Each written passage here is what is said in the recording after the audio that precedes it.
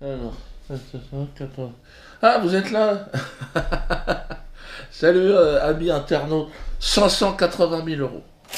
Ah, là, on y est presque, hein. Donc là, vraiment, merci. Merci, évidemment. Donc, pour ceux qui veulent un deux derniers petits gestes, et puis on est bon.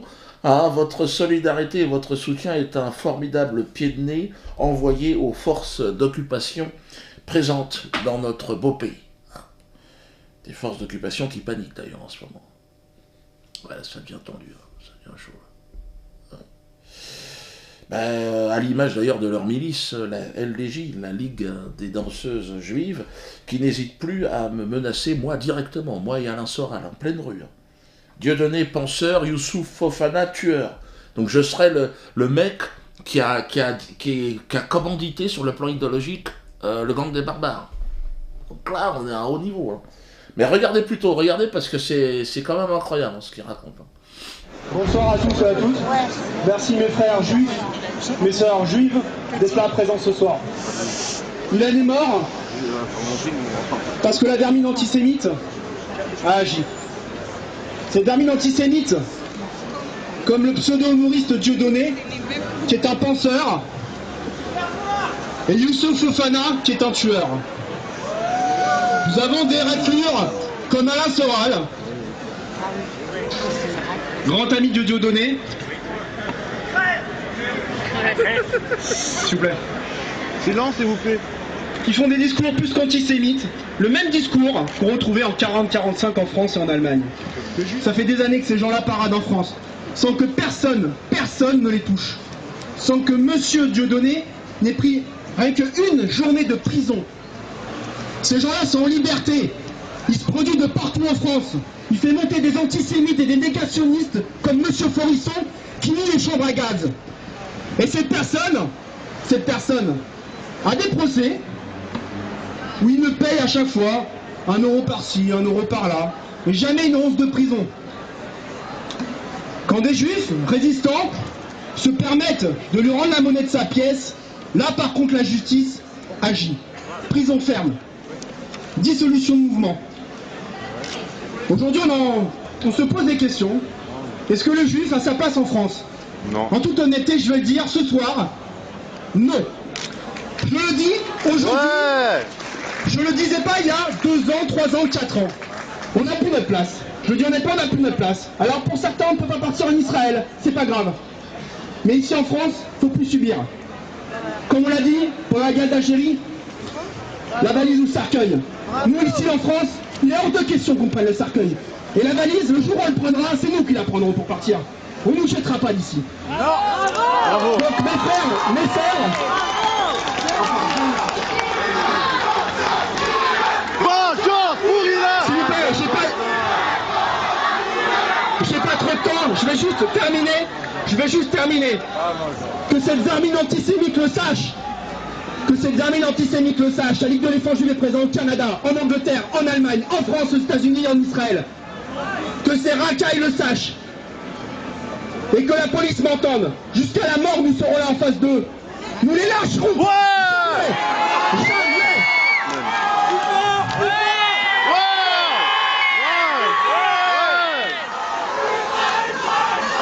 Vivra Israël. Non, vous avez vu les images? Ah, c'est un appel au meurtre, hein. L'autre, crâne rasé, là. Ah, c'est une incitation directe à la haine, hein. Alors, ce genre de descendants d'esclavagistes, hein, ces bourgeois pleurnicheurs, appellent au pugilat en place publique, comme ça, devant Julie Lescaut. Mais qu'est-ce que tu fous là, Julie? Regardez la photo de Julie. Qu'est-ce que vous faites, monsieur Valls? On peut le savoir, la sécurité des gens? Pourquoi je suis pas protégé, moi, comme Bernard-Henri Lévy? Moi, je vais faire une lettre de demande, là. Je vais demander à ce qu'on me protège. Et Christiane Taubira, putain! Alors, le mariage pour tous, d'accord, mais la vie en sécurité d'abord, si je peux me permettre. Hein? C'est toujours cette même LDG d'ailleurs qui soutient Monsieur Baudouin. Vous vous souvenez, Baudouin à Mâcon? Mais si, le journaliste de France 3 qui m'avait dit ouais, c'est une association très sérieuse, ils ont pignon sur rue. Mais si, Baudouin, le cercle de Jean Moulin. Avec lui, vous êtes bien servi, hein.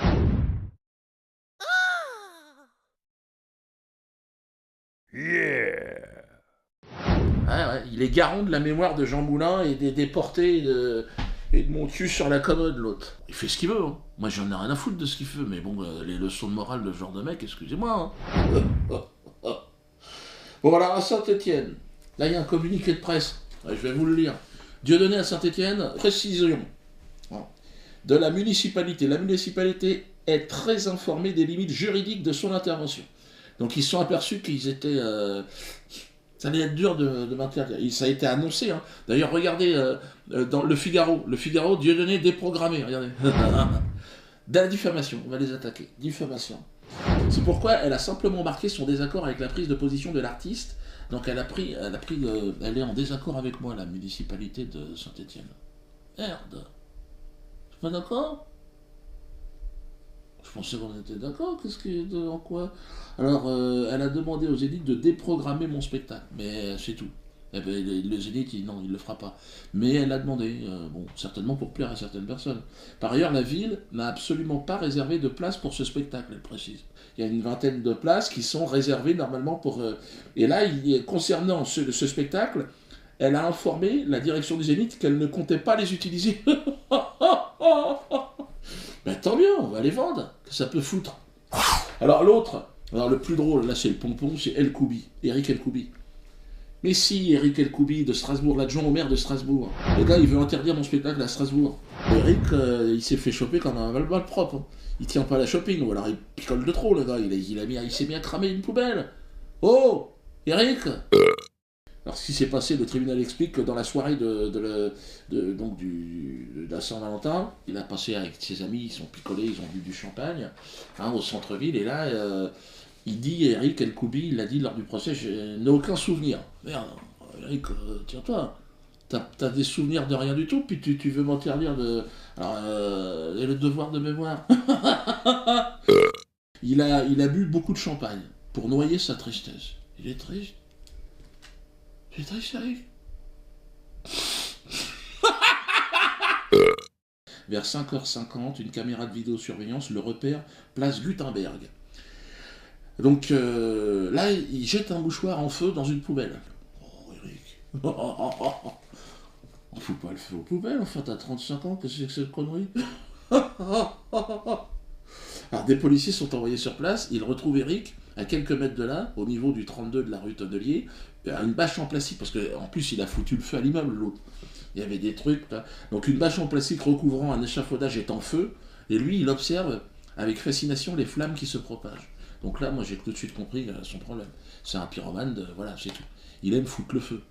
Et bon, il est quand même encore maire, hein, enfin adjoint maire. Sur le mis en cause, hein, donc El Koubi, les policiers retrouvent le briquet qui a servi à allumer la bâche, parce que bon, il a commencé à essayer de dire c'est pas moi, et le dépistage d'alcoolémie révèle un taux de 1,2 g. Donc là, on est au niveau de la fête de la bière, là t'es quand même sur le podium. Là on y est. Ce comportement ne me ressemble pas, dira Eric. Ah bon? C'est un acte dont j'ai très honte, et pour lequel je suis torturé. Ce comportement ne me ressemble pas. Ah si, ça te ressemble. Tu aimes faire le con. Tu fais le con, tu veux interdire mon spectacle, tu es pour la censure. Pour tenter d'expliquer son geste, Eric El Koubi évoque le surmenage. Fatigué, une hypothèse également retenue par le psychiatre. Merde, le mec il a examiné. Apparemment, il voit un psychiatre aussi, hein. Mais je crois qu'il en a besoin. Son discours est centré sur deux thèmes, le travail et la réussite sociale. Ouais, ce qui pourrait confirmer d'ailleurs le fait qu'il veuille me censurer. Hein. Il veut paraître bien par rapport à certaines élites, je pense, de la ville de Strasbourg, hein, pour réussir socialement. Oui, ça se recoupe. Il a trop négligé ses désirs et ses affects. Donc, Eric, à mon avis, il faut que tu t'arrêtes, hein, faut que tu arrêtes de bosser. Bon, l'avocat, lui, il dit il refuse de croire que l'imprégnation alcoolique de son client soit à l'origine de ce dérapage. Je suis persuadé qu'on a attenté ce soir-là, par plaisanterie de mauvais goût, à la sécurité d'Eric El Koubi. Tu vas voir qu'ils vont me foutre ça sur le dos. Une main mal intentionnée a peut-être mis dans son verre un médicament ou une pilule. J'ai un alibi, hein, j'étais pas à Strasbourg, hein, ce jour-là. J'étais sur scène, hein, donc Strasbourg, je pouvais pas y être. Hein. Il a craqué, cela ne se reproduira plus, conclut Maître Metzger, en demandant une dispense de peine. Mais bon, le tribunal lui a pas dispensé, il a donné 2500 € d'amende. Voilà, c'est ce qu'il a demandé. et pas d'inscription à son casier judiciaire. Oh bah pourquoi? Bien ça. Moi c'est 20 000 € pour une chanson, j'aurais dû cramer un immeuble. Pour 20 000 €, j'avais le droit certainement à un immeuble. Non, c'est vrai, comme la mairie de Saint-Étienne, les autres, ils accueillent sans problème des mecs comme Roman Polanski, hein? Ah bah alors, et moi non. Ah bah d'accord, bah, j'aurais dû violer une adolescente, puis c'est tout, hein. Mais je le savais ça, mais j'ai pas l'idée, j'ai pas le...